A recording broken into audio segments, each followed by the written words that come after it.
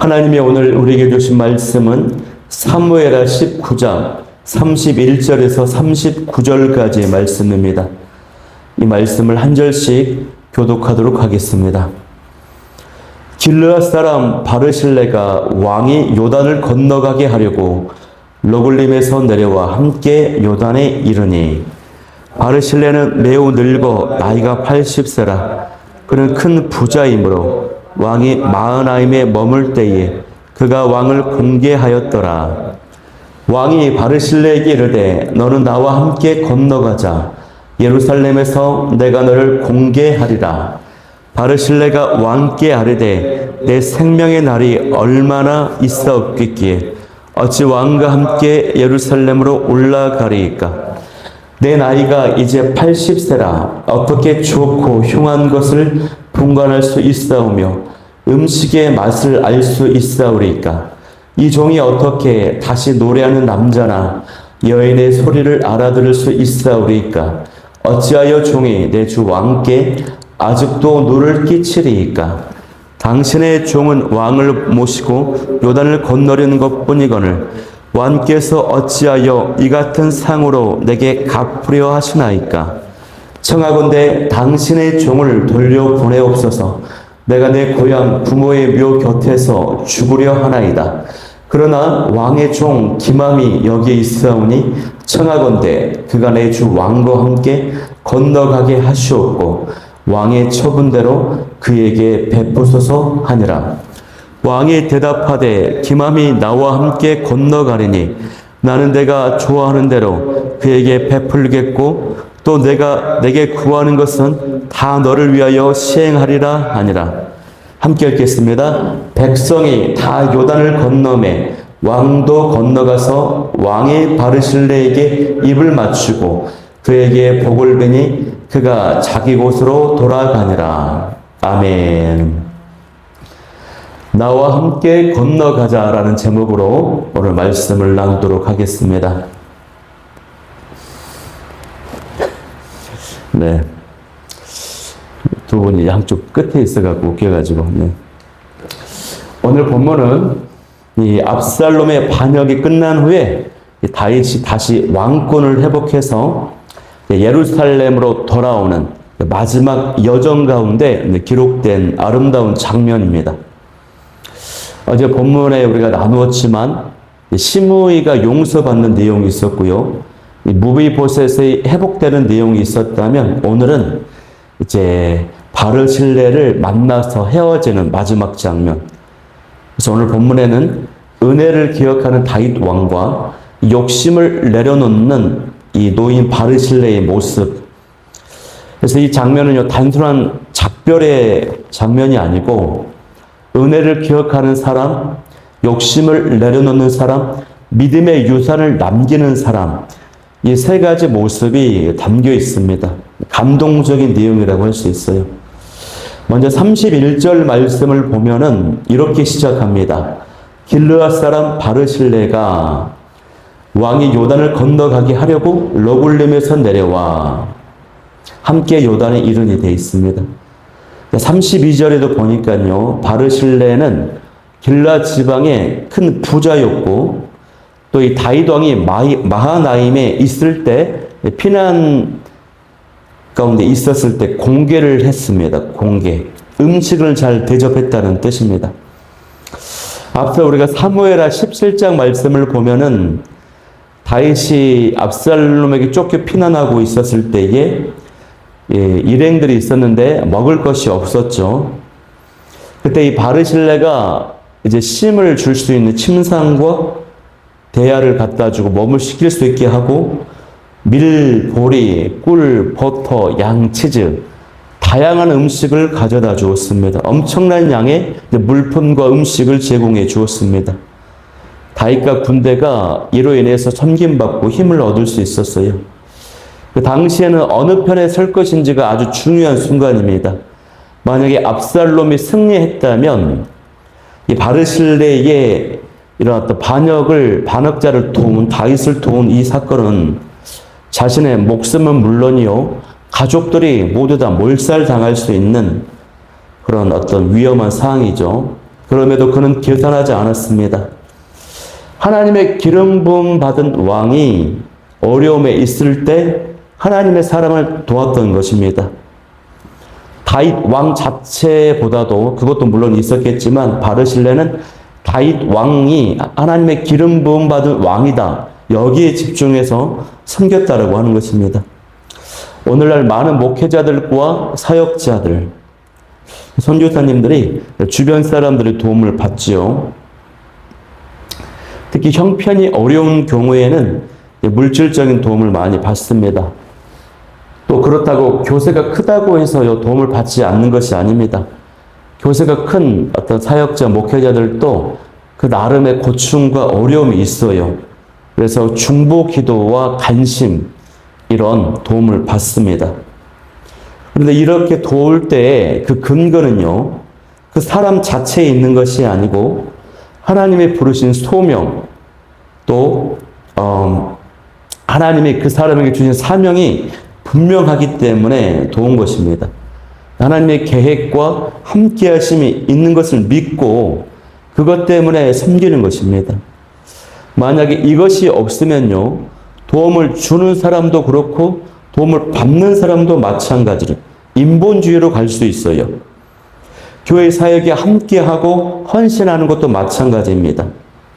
어떤 사역자 개인의 탁월함이나 리더십, 능력을 보고 헌신하고 돕고 섬기는 것이 아닙니다. 하나님께서 그 개인 사역자와 함께 하시고 그를 사명자로 부르셨고 그를 통하여 하실 계획, 어떤 뜻이 있기 때문에 그가 하는 사역에 우리가 헌신하고 섬기고 돕는 것입니다. 이게요, 작은 차이 같지만요, 이게 사실 인본주의로 가느냐, 의리로 내가 섬기느냐, 아니면 신본주의, 믿음으로 감당하냐 하는 아주 큰 차이를 발생해요. 이 모든 가정 가운데 하나님을 빼버리면요, 돕는 사람 편에서는 내가 도왔다, 내가 의로운 일을 행했다, 이렇게 생각하기가 쉽고요.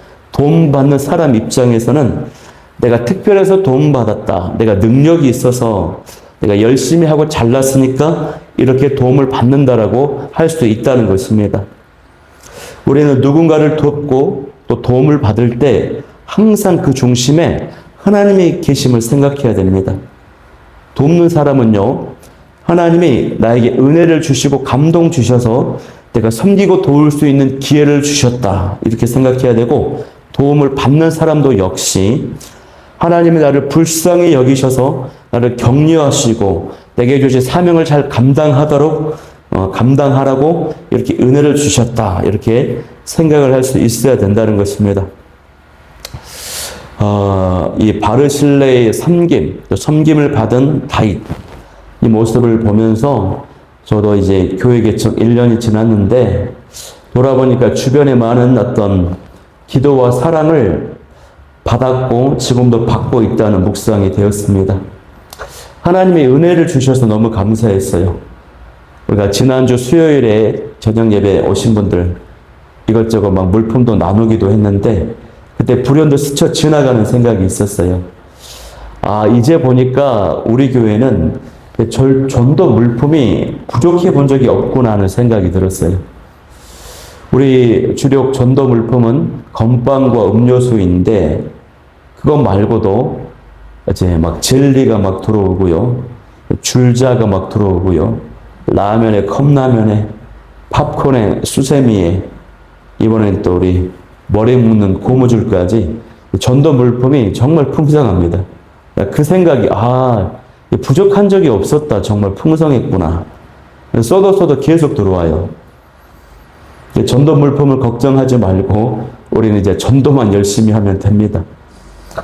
이처럼 다윗을 향한 바르실레의 도움도요, 다윗 왕이 하나님께 기름 부음 받은 왕이라고 하는 이 분명한 사실, 그 믿음이 있었기 때문에 바르실레가 다윗 왕을 도왔던 것입니다. 이게 너무 중요해요. 그런데 우리가 오늘 먼저 붙잡아야 될 것은 뭐냐면요, 다윗 왕 역시도 은혜를 잊지 않았다라고 하는 점이에요. 33절에 다윗이 바르실레에게 말합니다.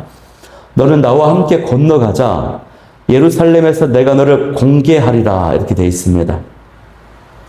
이 공개하다라고 하는 것은 단순히 음식을 대접한다 이런 뜻을 넘어서 생활을 책임지고 지속적으로 돌본다 이런 의미도 들어있거든요. 그러니까 바르실레를 왕궁에 데려와서 평생 부양하며 예우해 주겠다라고 하는 이런 뜻입니다. 최고의 감사의 표현이 들어있죠. 다윗은 왕이 된 후에도 자신을 도왔던 이 사람들을 그 은혜를 잊지 않았던 것입니다. 사람은 형편이 어려울 때 도움받은 것을 기억하다가도 성공하면 고난이 사라지면 쉽게 잊어버리는 경향이 있어요. 그러나 다윗은 그렇지 않았습니다. 앞서 나눈 것처럼 지난 인생을 우리가 돌아보면요. 교회도 마찬가지지만 개인의 인생도 돌아보면은 주변에 도움을 주었던 분들 굉장히 많습니다. 우리가 바쁘다는 핑계로 잊고 살 때가 있고요. 또 그때 그런 도움은 당연한 것이라고 당연하게 여겨버릴 때고 있고요. 또 시간이 지나고 나서야 그때는 모르는데 지나고 나서야 큰 도움을 주었다라고 느낄 때가 많아요. 오늘은 우리 말씀을 묵상하면서 우리가 지난 인생들을 파노라마처럼 쭉쭉 돌아보시면서 내게 사랑과 은혜를 베푸셨던 분들을 떠올리면서 그분들을 위해서 축복 기도하고 또 가능하다면 감사의 마음을 전할 수 있는 그런 하루가 되기를 축복합니다. 은혜를 기억하는 사람은요, 하나님 마음을 닮은 사람이라고 할 수 있습니다. 왜냐하면 먼저 하나님께서도 우리의 그 섬김과 헌신을 기억하시는 분이시기 때문에 그래요. 예수님도 말씀하셨습니다. 너희가 여기 내 형제 중에 지극히 작은 자 하나에게 한 것이 곧 내게 한 것이다라고 말씀하셨어요. 성경은요, 하나님께서 너희가 형제를 섬기는 것을 절대 잊지 않는다라고 지금 말씀하십니다. 우리가 누군가를 섬길 때, 은혜 베풀 때, 그 섬김을 받은 사람은 잊어버릴 수가 있습니다. 그렇게 헌신하고 섬기고 봉사했는데 사람은 잊어버려요. 목회자들도 잊어버립니다. 교회와 성도들도 잊어버려요. 가족, 형제, 친척들도 잊어버려요. 그러나 우리의 수고와 섬김과 헌신을 절대 잊지 않으시는 분이 계시는데 그분이 바로 하나님이라고 하는 것입니다. 하나님이 기억하시고 은혜를 주십니다. 그래서 우리의 섬김과 은혜를 받았을 때 주신 분도 기억하는 것도 중요하지만 내가 섬기고 헌신하는 것을 하나님이 기억하신다. 이것을 꼭 명심하고 우리의 섬김과 헌신이 끊이지 않기를 축복합니다. 한 시골교회 권사님이 수십 년 동안 새벽 예배가 끝나고 교회 화장실 청소를 깨끗이 했습니다. 날마다. 그런데 아무도 알아주지를 않습니다. 이 권사님이 은퇴하고 이제 아프셨어요. 병원에 오랫동안 입원을 하게 됐습니다. 그러니 화장실 청소가 되지 않습니다. 교회 화장실이 더러워집니다. 그래서 성도들이 그제서야 그 권사님이 이 화장실 청소를 매일 하셨다라고 하는 것을 깨닫게 됩니다. 그리고 이제 병문안 가서 성도님들이 이제 권사님에게 권사님 몰라봐서 죄송해요. 그렇게 수십 년 섬기셨는데 너무 죄송해요. 감사해요. 이렇게 이제 말하니까 이 권사님이 아이고 별 말씀을 다 하시네요. 사람이 몰라도 괜찮아요. 하나님은 아시면 충분합니다. 이런 이야기를 하는 거죠. 굉장히 고전적인 예화입니다. 고전적인 이야기인데 이런 이야기들을 많이 비슷한 예화를 많이 들어보셨을 것입니다. 그런데 이 예화 안에요 많은 가르침이 들어있어요. 굉장히 많은 가르침이 있습니다. 우리가 하나님께 드리는 헌신은요 절대 사라지지 않습니다. 이렇게 또 혼자 날마다 새벽 예배의 자리를 지키는 것도 주님이 다 기억하신다라고 하는 사실입니다. 그리고 마지막 날에 우리가 예수님을 다시 만나게 될 때 주께서 내가 너의 수고를 모두 다 알고 있다, 기억하고 있다. 착하고 충성된 종아 참 잘하였다라고 칭찬하실 것입니다. 다윗의 이 제안을 받은 바르실레는요 정중하게 거절을 합니다. 그 내용이 이제 34절에서 36절의 내용인데요. 그가 거절을 하는 이유는요, 자기 한계를 알았기 때문이에요. 자기 나이가 80세라고 하는 것입니다. 80세는 당시로서는 장수한 나이입니다. 많이 산 나이예요. 그는 자신의 현실과 한계를 정확히 알았어요. 나이가 드니까 어떻습니까? 좋고 흉한 것을 판단할 능력이 약해졌고, 음식이 맛있는지 맛없는지 맛도 모르겠고, 노랫소리도 모르겠다는 것입니다. 늙어서 지각과 미각과 청각 등 모든 것이 쇠하였으니 어찌 왕에게 누를 끼칠 수 있겠습니까? 그러니 고향에서 조용히 살다가 부모 곁에, 부모의 묘실, 묘 옆에 묻히게 해달라고 요청을 하는 것입니다. 사람은 늙어도요, 욕심이 늙지 않는다는 말이 있어요. 그래서 노욕이라는 말이 있죠. 요즘 노욕을 가진 사람들 때문에 얼마나 많은 사람들이 어려움을 겪고 있는지 몰라요. 그래서 이 존경을 받는 이 목회자분들도요, 그 끝이 어떤지를 봐야 됩니다. 그 끝이 아름다운지를 봐야 제대로 알 수 있다고들 그런 말씀을 많이 하세요. 그런데 바르실레는 그렇지 않았습니다. 바르실레가 나이 늙어서 음식 맛도, 음악의 그 감동도, 왕궁의 그 화려함도 볼 줄 모른다라고 했어요. 모든 것이 새하여졌다라고 했지만 사실 이것은 세상의 그 즐거움이 더 이상 인생의 목적이 아니라는 고백입니다. 자신에게 기쁨과 만족을 주지 않는다라고 하는 고백이에요. 바르실레는요, 부자로서 많은 것들을 경험했어요. 그러나 결국 의미가 없었다는 것입니다. 세상에 주는 그 기쁨, 그 모든 것이 한계가 있고 그 끝이 있고 허무하다라고 하는 그 고백이 지금 인생을 살아보니까 자신은 새하였다라고, 나이가 많았다라고 고백하지만 기쁜 마음 속에 이 고백에 이 깨달음이 있는 것입니다. 그렇기 때문에 바르실레가 욕심을 내려놓을 수가 있었어요. 저와 여러분도 세상 성공이나 이 보상에 대한 그 집착, 그 욕심을 내려놓을 수 있기를 축복합니다. 그러나 다만 그가 원하는 한 가지가 있었는데 그것은 다음을 준비하는 것이었어요. 믿음의 유산을 남기는 것이었어요. 그래서 자신의 아들인 이 김함을 왕께서 데리고 가서 인도해 달라고 요청을 합니다. 그 내용이 이제 37절 말씀이거든요. 우리 37절 한 번만 합독해 보겠습니다. 시작. 청하건대 당신의 종을 돌려보내옵소서.